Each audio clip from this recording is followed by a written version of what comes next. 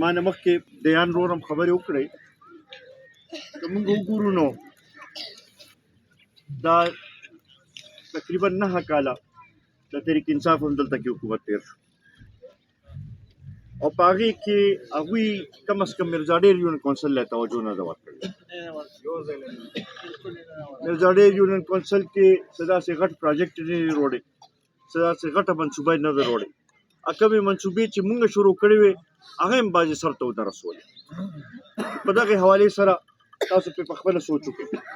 بیا بعضې خلک دي چې هغه دا ووټ چې دی دا مذهب سره تړي او جنت و دوزخ سره یې تړي. وروڼو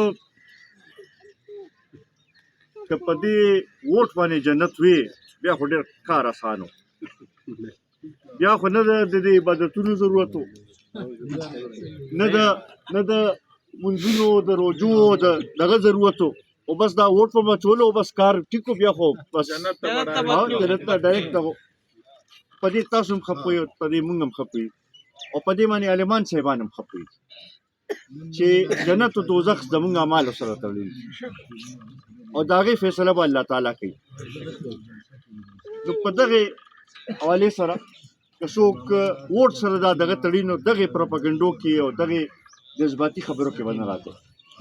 دا ووټ چې دی دا صرف او صرف دې لپاره دی چې تاسو قومي اسمبلی او صوبایي اسمبلی کې داسې نمایندګان ولیږئ چې هغه هلته کې ستاسو د حقوقو تحفظ وکړي او سره ورسره ستاسو د علاقې د پسماندګۍ هلته کې مقدمه چې ده هغه مخامخ کېږدي او د هغه ځای نه وسایل چې دي هغه روډي چې دا پسماندګي لرې شي. نو دې حوالې سره که تاسو وګورئ زما خیال دی چې د ملي رهبر جناب آفتاب احمد خان شیرپو نه موضوع کس تاسو ته د قومي اسمبلی لپاره اډو ملاوېدی نه شي. دې لپاره رهبر جناب آفتاب احمد خان شیرپو لاس مضبوط کې چې هغه نور بهتر انداز سره ستاسو لپاره هم آواز اوچتولی شي، ستاسو د حقوقو لپاره هم آواز اوچتولی شي او ستاسو د علاقې د ترقۍ لپاره هم اقدامات اوچتولی شي. نو دغې لپاره نن تاسو ته حاضر شو. دا لږ ساعت منظوري حاضري چې ده دا په ډېر څه منظوروئ او انشاءالله راپاسی به. مخکې هم تاسو په موږ باندې اعتماد کړی دی، مخکې هم تاسو موږ له ووټ راکړی دی، په هغې هم موږ ستاسو شکریه ادا کوو. اوس په دا تمه کوو چې بیا به دې ځل راپاسی دا منځ کې پکې دا څه نور خلک راغلل اسمبلو ته زما خیال هغې سره فرق هم واضح شو، خلکو ته پته مو لګېده چې څوک کار کولی شي او څوک کار نه شي کولی.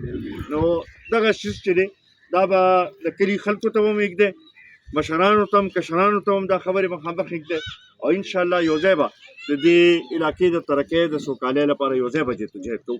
زه اخره کې یو ځل بیا ستاسو ټولو ډېر زیات مشکور یم. ډېره مهرباني.